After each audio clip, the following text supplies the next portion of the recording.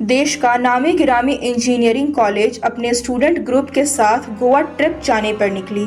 लेकिन क्या हुआ उनके साथ इस सफ़र में कि मौत उनकी हमसफ़र बन गई। क्या वो पहुंच पाए अपनी मंजिल पे। पुणे का मशहूर इंजीनियरिंग कॉलेज। आज कॉलेज में सुबह 6 बजे से ही स्टूडेंट्स की चहल पहल शुरू हो गई थी। सब एक से एक सुंदर और सजीले कपड़ों में चहकते हुए घूम रहे थे। उनके चेहरे और बातों से उत्साह जैसे छलक रहा था। और हो भी क्यों ना, आखिर कॉलेज ट्रिप, और वो भी गोवा में। पूरे 4 दिनों का प्लान था। आखिर सर ने आके अनाउंस किया कि सब जल्दी से अपने बैग सहित बस में चले जाए। टोटल 45 स्टूडेंट्स और 4 टीचर्स जा रहे थे। गर्ल्स की तो बात ही निराली थी। इतने फैशनेबल ड्रेसेस और बैग्स की लगता कोई फैशन शो है। इन्हीं स्टूडेंट्स में शामिल 5 दोस्तों का एक ग्रुप, विनय, राज, सुनील, कबीर और ईशान की खुशियां तो जैसे बेकाबू हो गई थी। और वो सब जोरों शोरों से चर्चा में लगे थे कि क्या क्या और कैसे लुत्फ उठाया जाएगा इस ट्रिप का। उधर गर्ल्स गैंग में रिचा, सोनल और नीतू तो बस सबसे बेखबर अपनी ही प्लानिंग में लगे थे। वो सब पहली बार बिना पेरेंट्स के इतने दिन के लिए बाहर जा रहे थे, तो उनके मन में जैसे उमंगों की बहार आ गई थी। सोनल अपने गॉगल ठीक करते हुए बोली, यार सच में कितना मजा आएगा ना, 4 दिन, वो भी गोवा में। हम तो खूब धमाल करेंगे।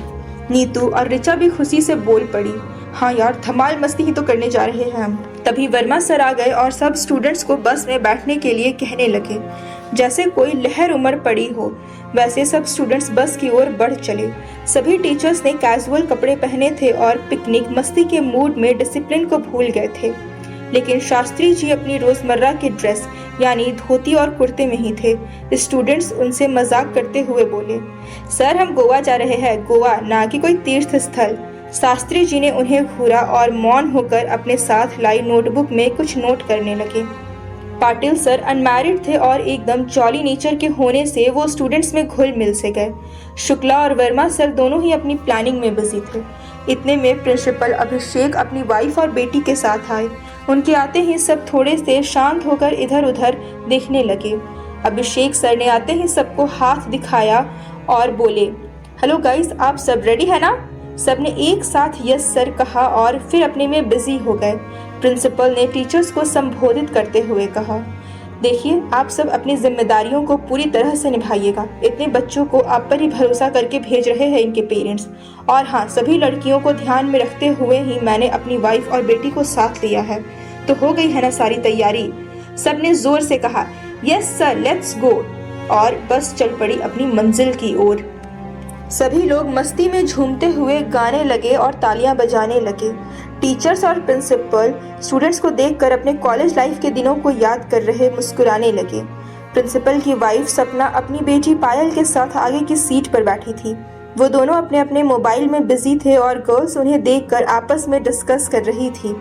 रिचा ने कहा, यार प्रिंसिपल सर हमें तो दिन भर भारतीय संस्कृति पर लेक्चर देते रहते हैं, लेकिन इनकी वाइफ और बेटी तो एकदम अल्ट्रा मॉडर्न लग रहे हैं।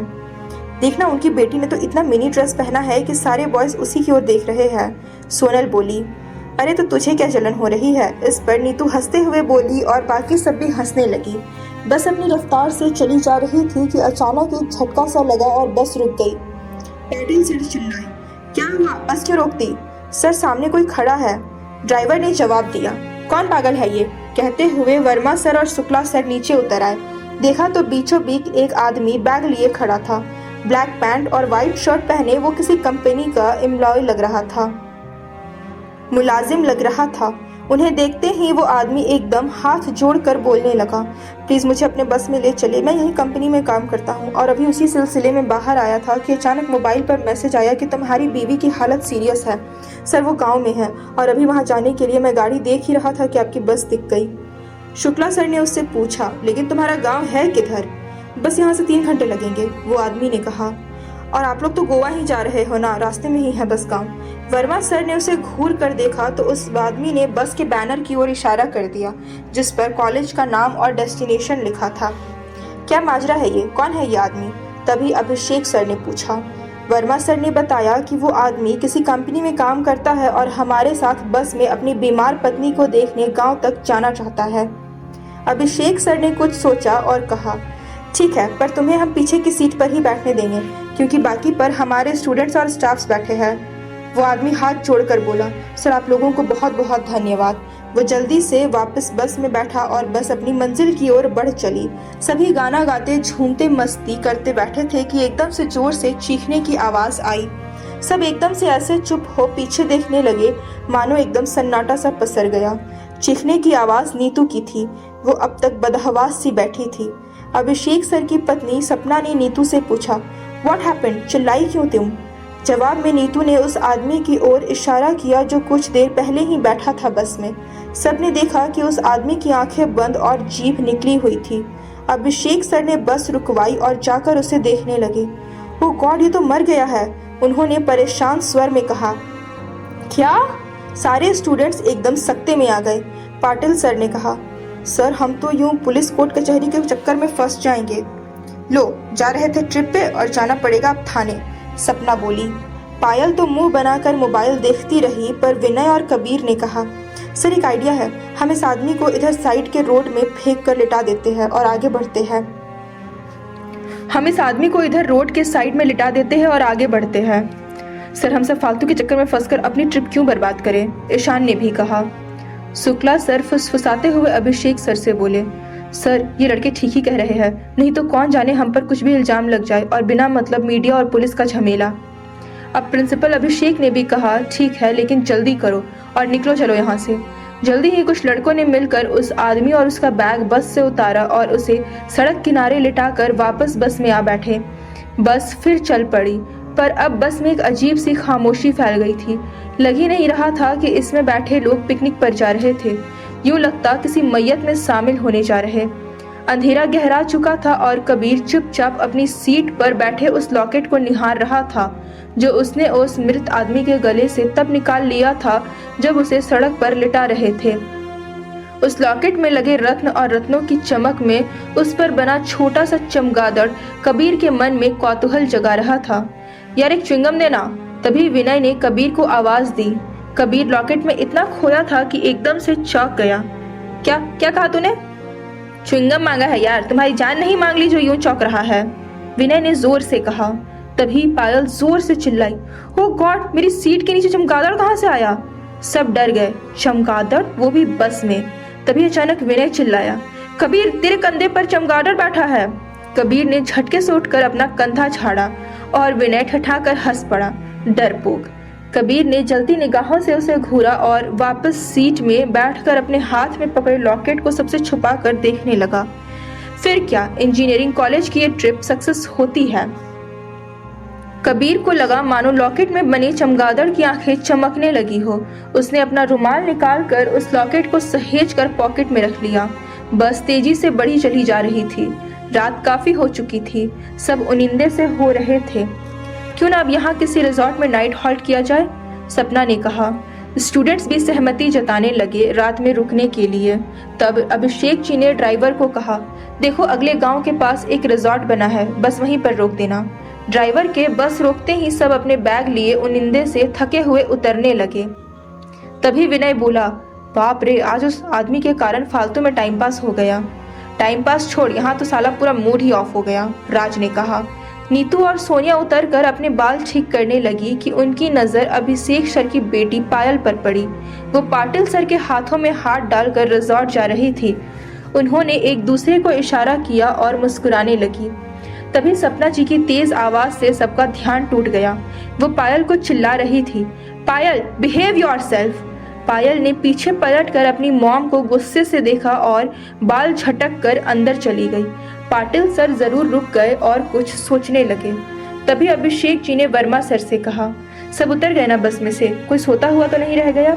जरा आप और शुक्ला जी चेक कर ले, तब तक मैं और शास्त्री जी रिजॉर्ट की फॉर्मेलिटीज पूरी कर लेते हैं। शुक्ला सर और वर्मा सर दोनों बस में चढ़कर चेक करने लगे। तभी उनकी नजर ऋचा पर पड़ी। वो आंखें मूंदे आराम से अपना बैग गोद में रखे सो रही थी। शुक्ला सर ने उसे पास पहुंचकर पुकारा, ऋचा उठो, चलो नीचे उतरो और रूम में जाकर आराम से सो जाओ। पर ऋचा पर कोई असर नहीं हुआ। तब वर्मा सर ने उसे कंधे पर हल्का सा मारा, पर कोई प्रभाव नहीं। ऋचा का सर तभी अचानक एक ओर झूल गया। यह देख शुक्ला और वर्मा सर चीखते हुए बाहर भागे। बाहर आते ही उनकी हालत देख कई स्टूडेंट्स बस के अंदर लपके और ऋचा का डेड बॉडी देखकर सिहर उठे। फिर किसी तरह हिम्मत जुटाकर वो सब ऋचा के निष्प्राण देह बस के बाहर लाए। सब लोग एकदम फक पड़ गए। लड़कियां रोने लगी। तभी रिजॉर्ट के मैनेजर ने आके बताया कि सबके रूम की व्यवस्था हो गई है, लेकिन वहां ऋचा की बॉडी देखते ही वो चौंक उठा। इसे क्या हो गया? अब ये तो पता नहीं, पर बहुत अनहोनी सी घटना है। अभी कुछ समय पहले तो एकदम हेल्दी थी ये। प्रिंसिपल बोले, ये तो पुलिस को इन्फॉर्म करना पड़ेगा। अभिषेक जी बोले, ठीक है, आप पुलिस को इन्फॉर्म कर दे, तब तक इस बॉडी को सुरक्षित रखने का इंतजाम कर दे। अभिषेक सर ने अब सबको कहा, आप सब अपने रूम में जाइए और फ्रेश होकर खा पीकर नीचे हॉल में आइए। सब बैग लिए दुखी और उलझे कदमों से रूम की ओर बढ़ चले। अभिषेक भी सपना के साथ अंदर जाने लगे। तभी मैनेजर ने आवाज दी, सर ये क्या है? अभिषेक ने पलट कर देखा तो मैनेजर के हाथ में चमगादड़ वाला लॉकेट झूल रहा था। यह अजीब सा लॉकेट इस लड़की के हाथ में था। मैनेजर बोला, अरे ये तो शायद उस अनजान शख्स के गले में था जो रास्ते में। अभिषेक ने वो लॉकेट देखकर सहमते हुए कहा, लेकिन फिर अचानक ही चुप हो गए। फिर बात बदल कर बोले, आप इसे मुझे दे दीजिए, मैं पता करता हूँ। और वो भी रिजॉर्ट के अंदर चले गए। सारे स्टूडेंट्स और टीचर्स फ्रेश होकर ड्रेस चेंज कर नीचे डाइनिंग हॉल में खाना खाने आए। आधी रात होने वाली थी, पर किसी की आंखों में नींद नहीं दिख रही थी। हर किसी के मन में बस उस अनजाने आदमी और ऋचा के मौत की पहेली चल रही थी। खाना लग गया और सब ने जैसे तैसे खाना खत्म किया। हम सब गोवा जाने के लिए तो निकले, पर अब रास्ते में हुई इन दुखद घटनाओं को देखते हुए मेरा विचार है हमें कल सुबह वापस पुणे के लिए रवाना हो जाना चाहिए। अभिषेक जी ने सबको संबोधित करते हुए कहा। सभी स्टूडेंट्स के मन में भी यही चल रहा था, इसीलिए उन्होंने तुरंत हामी भर दी। शुक्ला और पाटिल सर का चेहरा थोड़ा उदास हो गया, पर वर्मा और शास्त्री सर ने सहमति व्यक्त की। ओके गाइस, फिर तय रहा कि हम कल सुबह तैयार होकर वापस पुणे की ओर लौट जाएंगे। अभी आप लोग जाकर आराम से सो जाइए, अभिषेक सर बोले। अभी अभिषेक जी की बात पूरी भी नहीं हुई थी कि मैनेजर ने आके कहा, एक्सक्यूज मी, एक बुरी खबर है। हाईवे पर लैंडस्लाइडिंग होने से रास्ता बंद हो गया है। अब पुलिस भी कल शाम तक ही पहुंच पाएगी, क्योंकि रिजॉर्ट के ठीक सामने ही एक बड़ी पहाड़ी टूटकर गिर गई है और रास्ता ब्लॉक हो गया है। उफ, ये किस घड़ी में निकले थे हम, प्रिंसिपल अभिषेक बोले। सब सोचते हुए अपने रूम की ओर चल पड़े। कबीर, विनय, राज सब एक रूम में ही थे। कबीर अपने लॉकेट को देखने के लिए बेताब था। उसने रूम में पहुंचते ही बेड पर लेटकर पॉकेट से रुमाल निकाला और देखा, पर रुमाल खाली था। उसके अंदर रखा लॉकेट अब गायब था। वो गुस्से और हैरत से खाली रुमाल को घूरने लगा कि दरवाजे पर खटखटाहट हुई। कबीर ने देखा विनय और राज गहरी नींद में सो चुके थे। वो उठा और दरवाजा खोलकर बाहर देखने लगा, लेकिन वहां कोई नहीं दिखा। तभी दूर कॉरिडोर में उसे कोई साया सा दिखाई दिया। वो तेजी से उधर लपका, लेकिन वो साया उसे दिखाई नहीं दिया। चिढ़कर वो वापस अपने रूम में जाने के लिए मुड़ा कि उसके सामने अचानक एक शख्स आ गया। कबीर ने देखा कि यह तो वही अनजान शख्स है जो आज सुबह ही उन्हें मिला था और जिसकी डेड बॉडी को वो लोग सड़क किनारे छोड़ आए थे। कबीर एकदम डर कर चीखने को हुआ, पर उसकी आवाज मानो जम गई। उस शख्स की जहरीली मुस्कान उसके व्यक्तित्व को बहुत भयानक बना रही थी। उसने एक बार कबीर के गले पर किया, हाथ में पकड़े तेज कटार से, और कबीर बिना आवाज किए वहीं गिर पड़ा निष्प्राण। वो शख्स फिर जैसे अंधेरे में ही गायब हो गया। दूसरी तरफ पाटिल सर अपने रूम में जैसे ही लाइट बंद करके लेटने को हुए कि उन्हें लगा बाथरूम से पानी की आवाज आ रही है।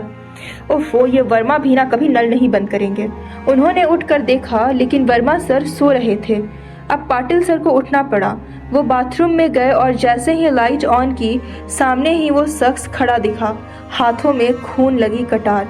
उसे देखते ही पाटिल सर के मुंह से निकला, अरे तुम तो। इसके शख्स ने कटार से गले पर अचूक वार किया और पाटिल सर के बाकी शब्द उनके सांसों के साथ ही समाप्त हो गए। उनका मृत शरीर फर्श पर गिरा तो आवाज से वर्मा सर हड़बड़ा कर जाग गए। क्या हुआ पाटिल सर, पाटिल सर? लेकिन जवाब की जगह थी गहरी खामोशी। वर्मा सर बाथरूम में गए और देखा कि पाटिल सर की गर्दन कटी लाश सी फर्श पर पड़ी है और एक मरा हुआ चमगादड़ उनके हाथ पर पड़ा था। वर्मा सर की चीखों से पूरा रिजॉर्ट गूंज गया। सब दौड़े हुए आए और वहां का नजारा देख स्तब्ध होकर चीखना तक भूल गए। वर्मा सर की चीखें सुनकर विनय और राज भी दौड़ते हुए रूम से निकले कि लॉबी में कबीर की लाश देख वहीं मूर्ति बन गए। किसी तरह संभल कर वो भी चिल्लाते हुए नीचे भागे और शुक्ला सर और शास्त्री जी से जा टकराए। शास्त्री जी ने संभालते हुए बोले, अरे संभालो बेटा। विनय के मुंह से किसी तरह निकला,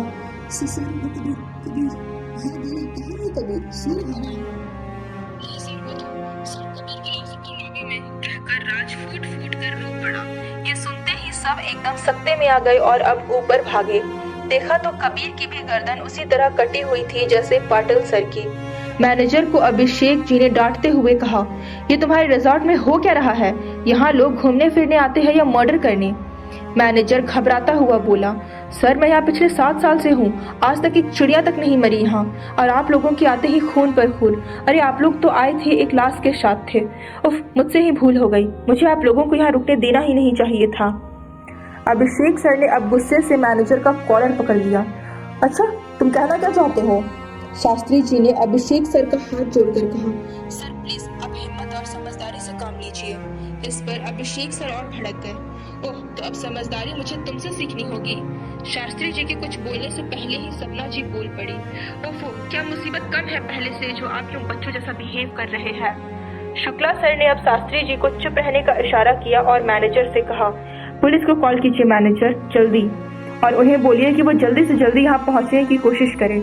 मैनेजर ने कहा, पुलिस अब उड़कर तो आ नहीं सकती ना, वो भी गाड़ी से ही आएंगे और रोड ब्लॉक है आप लोगों के आने के बाद से।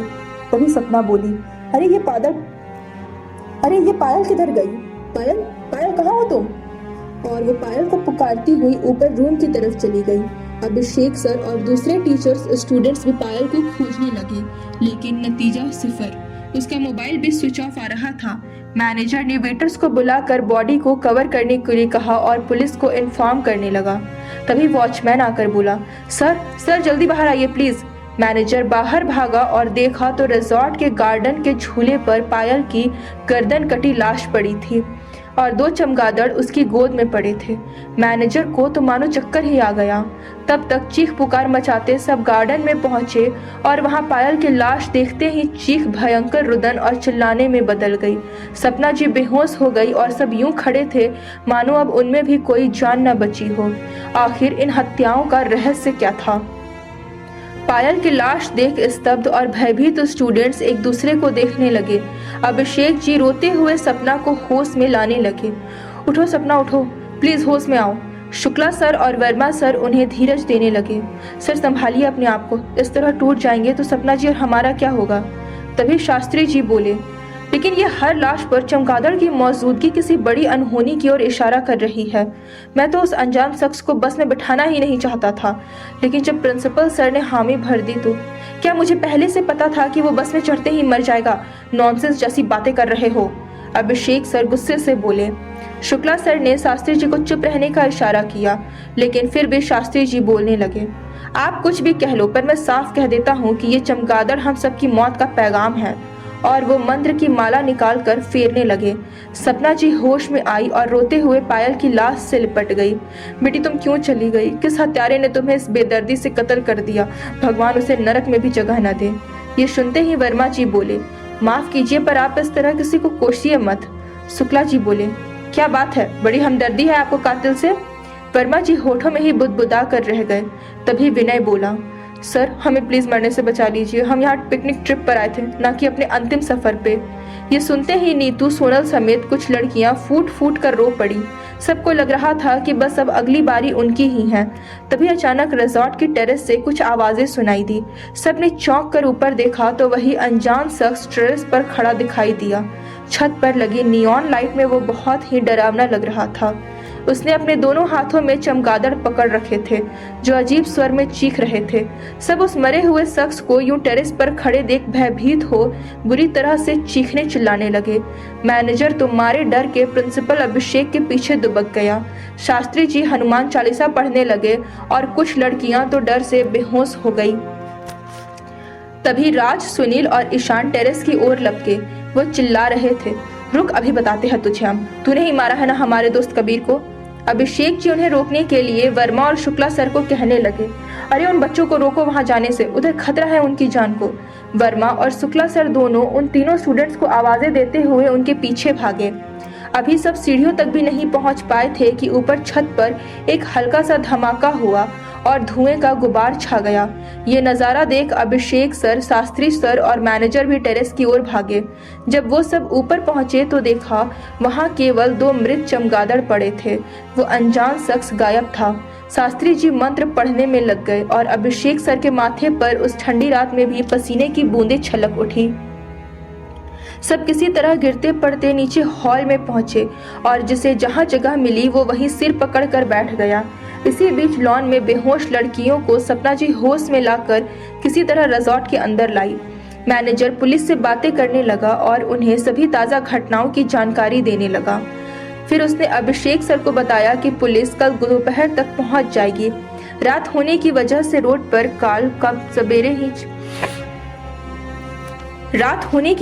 रोड पर काम कल सुबह ही चालू होगा।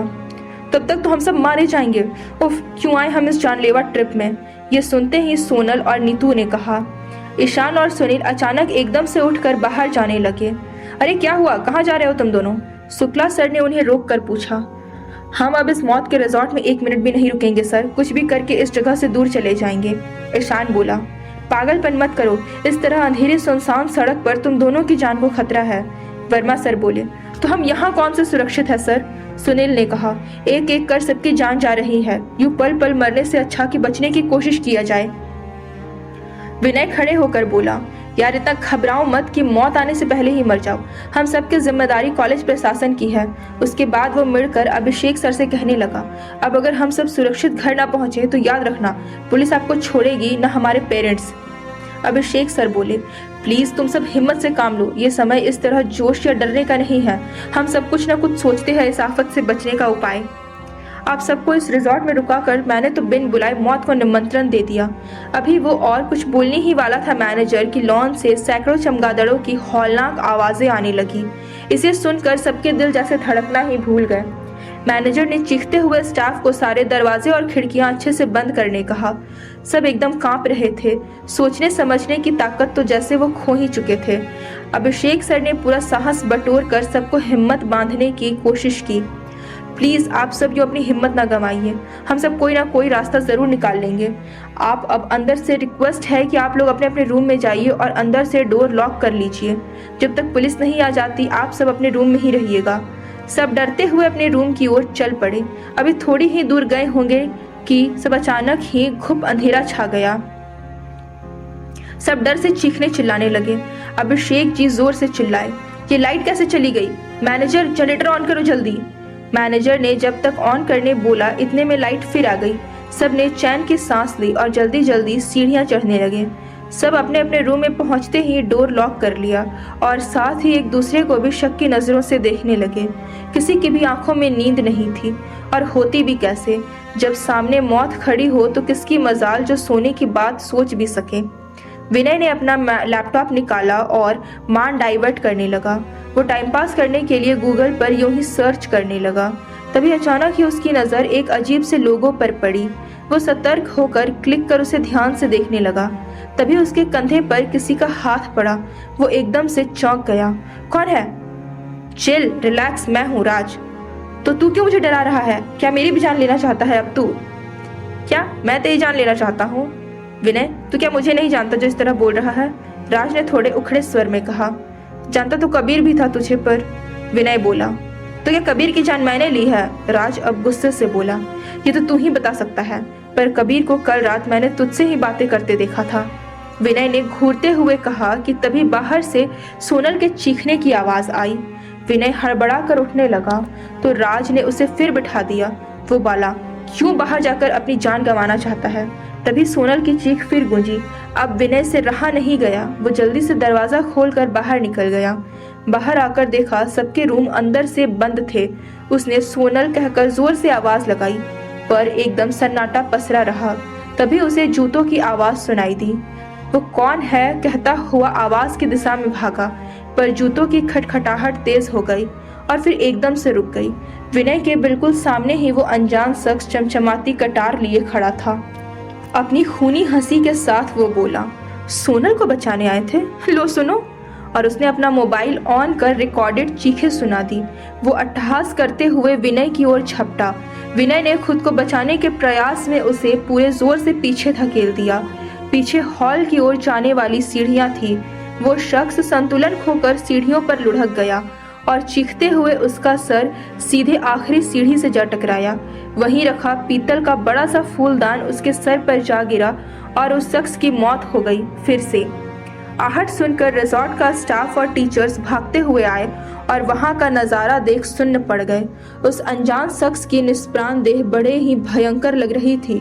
उसके शरीर पर पहने शर्ट के बटन लुढ़कने से टूटकर खुल गए थे और अब उसके सीने पर बने चमगादड़ का टैटू जैसे सबको अपनी खूनी निगाहों से घूर रहा था।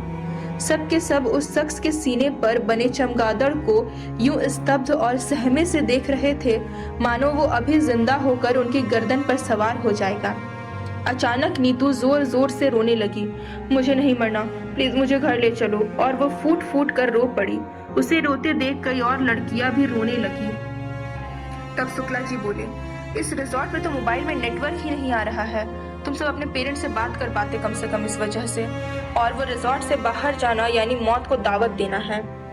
राज बोला, तो यहाँ हम कौन सा सेफ है सर? अभी विनय की लाश पड़ी होती, अगर उसने हिम्मत ना दिखाई होती तो। यही तो मैं कह रहा हूँ कि हमें साहस से काम लेना चाहिए। अभिषेक सर बोले, काश ये बात आपकी बेटी भी समझ पाती तो आज वो।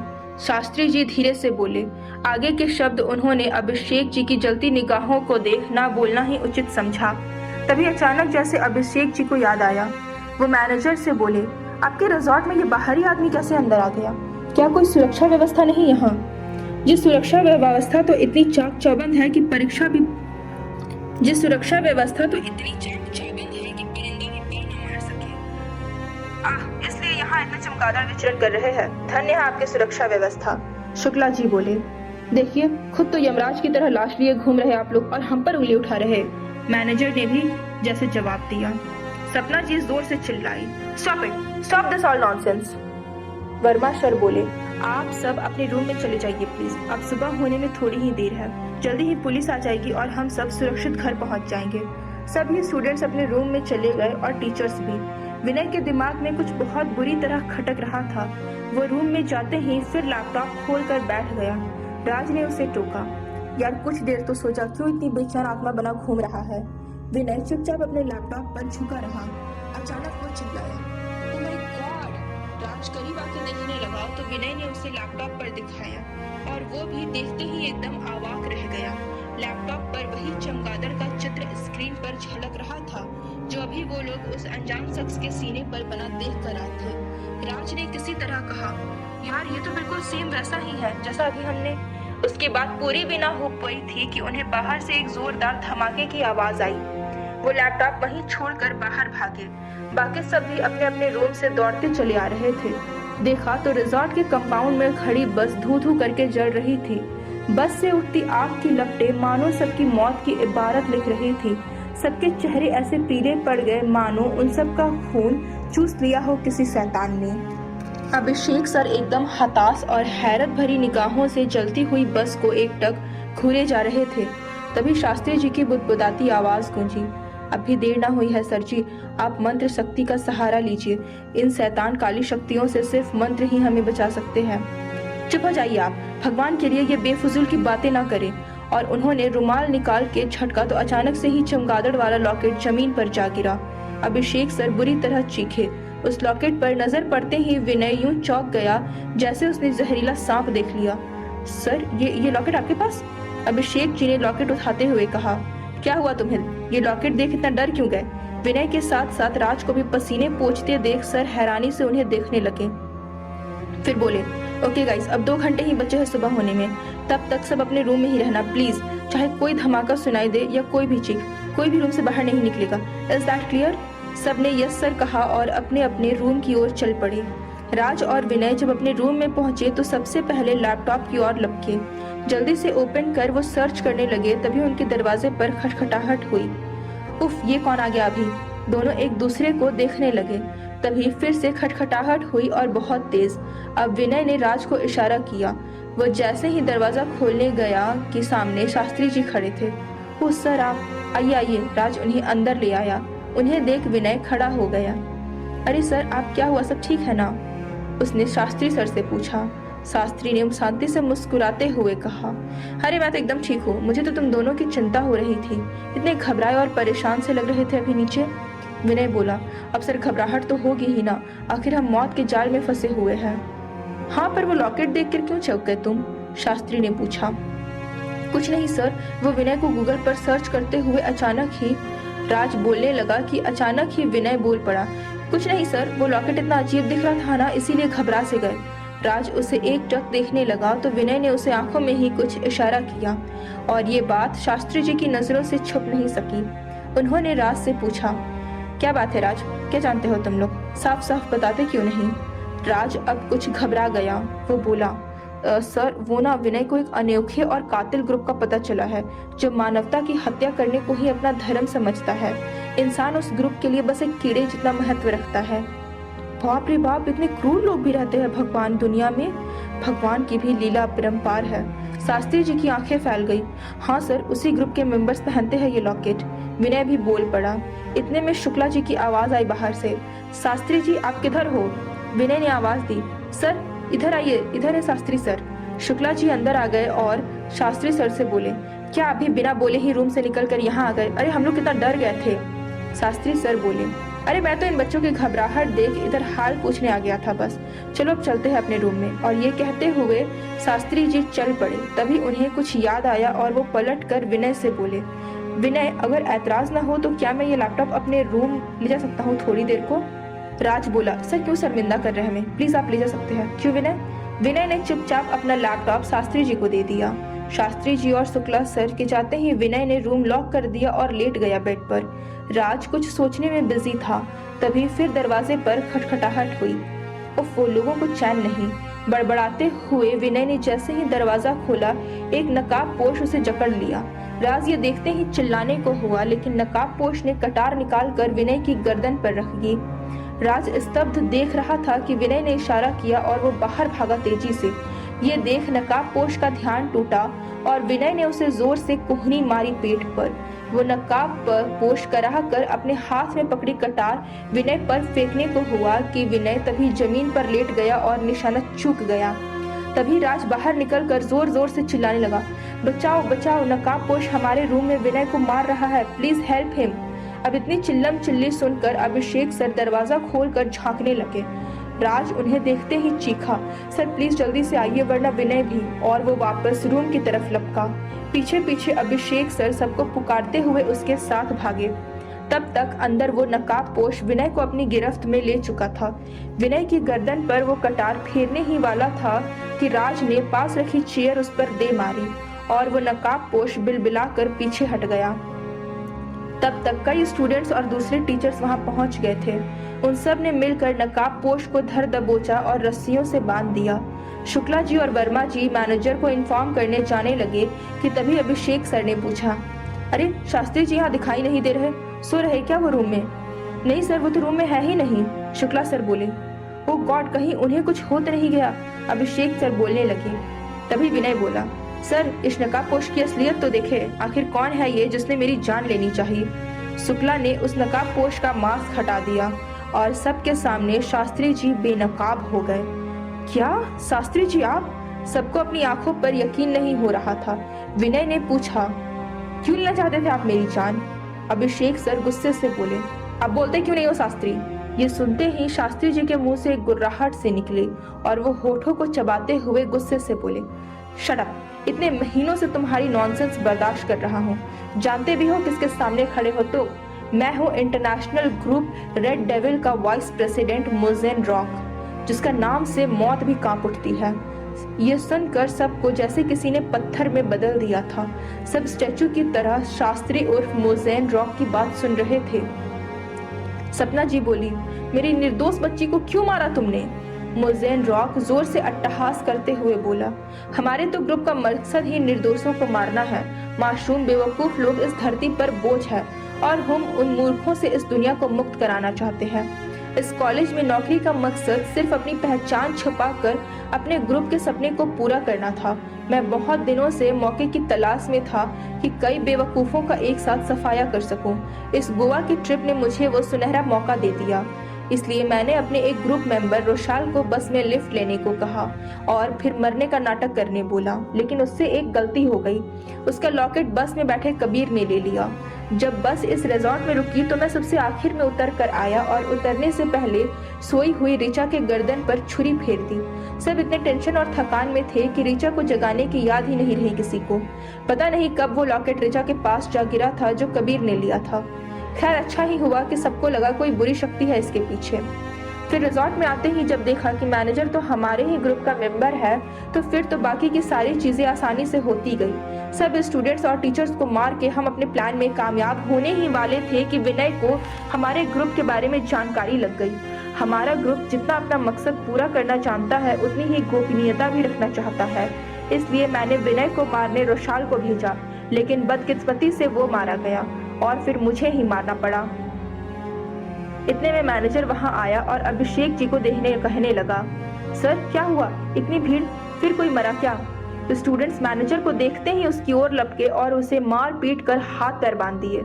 अभिषेक सर बोले, ओह इसीलिए अब तक पुलिस यहाँ नहीं पहुँच सकी क्योंकि तुम सिर्फ पुलिस को इन्फॉर्म करने का नाटक कर रहे थे, कभी इन्फॉर्म ही नहीं किया। और यहाँ कोई दूसरे गेस्ट भी तो नहीं ठहरे थे जिनके कारण तुम्हें और इस शास्त्री उर्फ मोजेन रॉक को खूनी खेल खेलने में इतनी आसानी हुई। वर्मा जी बोले, तो क्या रोड ब्लॉक भी तुम लोगों ने ही किया था? मैनेजर और मोजेन रॉक हंसने लगे। वो बोले, कितने मूर्ख और जाहिल हो तुम लोग, इसी जहालत से हमें दुनिया को आजाद कराना है।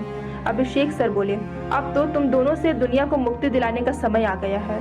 ये बोलकर वो काउंटर पर जाकर लैंडलाइन से पुलिस को इन्फॉर्म करने लगे। देखते ही देखते पुलिस आ गई और उन बददिमाग हत्यारों को लेकर रवाना हो गई। कॉलेज स्टूडेंट्स और स्टाफ को पुणे भेजने की व्यवस्था भी तत्काल की गई। साथ ही डेड बॉडीज को पोस्टमार्टम के लिए भेज दिया गया।